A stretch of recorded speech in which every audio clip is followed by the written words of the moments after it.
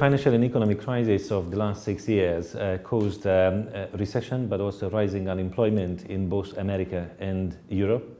But we have to see that they were differently affected.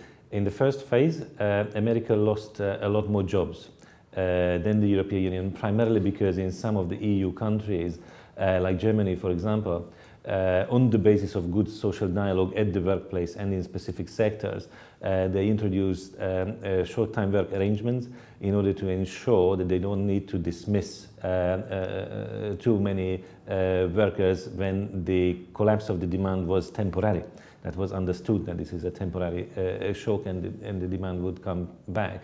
And this, in my view, helped to retain human capital, good qualified and competitive workforce on the enterprises, which was also important because the European Union is going through a demographic transformation when the workforce is aging rapidly, but also shrinking in countries like Germany. However, in the second phase of the crisis, after 2010, job creation in America became very dynamic.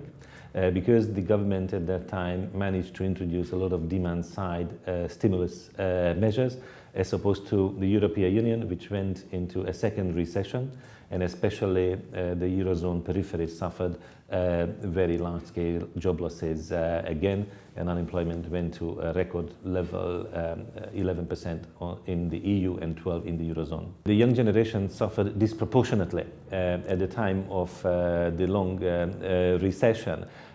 Overall, the youth unemployment rate peaked at about 23%. And to avoid misunderstanding, this means that about 1 in 10 young person under 25 is unemployed, because those who are students and not looking for jobs do not count in the unemployment rate. But still the problem is very, very serious. Also because the crisis added to the numbers of the needs. Those who are not in employment, education or training and face marginalization and the risk of poverty and long-term inactivity.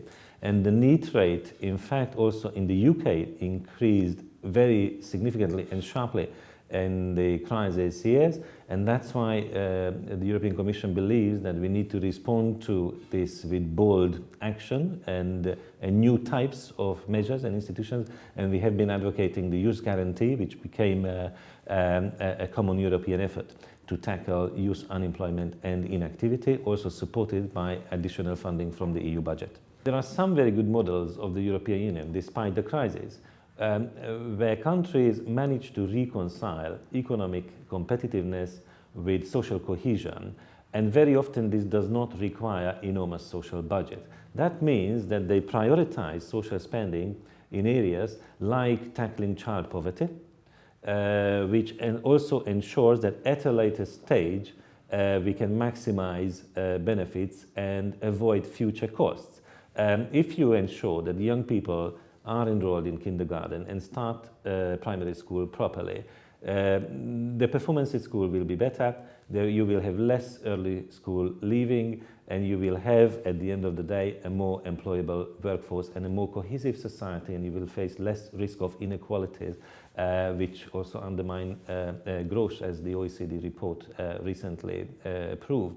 So to focus on the intervention where the social and the economic return of the investment can be maximized is an approach which countries like Sweden or the Netherlands have been adopting. But it's not only the richest countries where this has been proven to be efficient, but for example the Czech Republic, which is, I would say, middle-income country in the European Union, but has the lowest poverty rates because of the right approach to social policy and fostering an inclusive model of the society and the economy.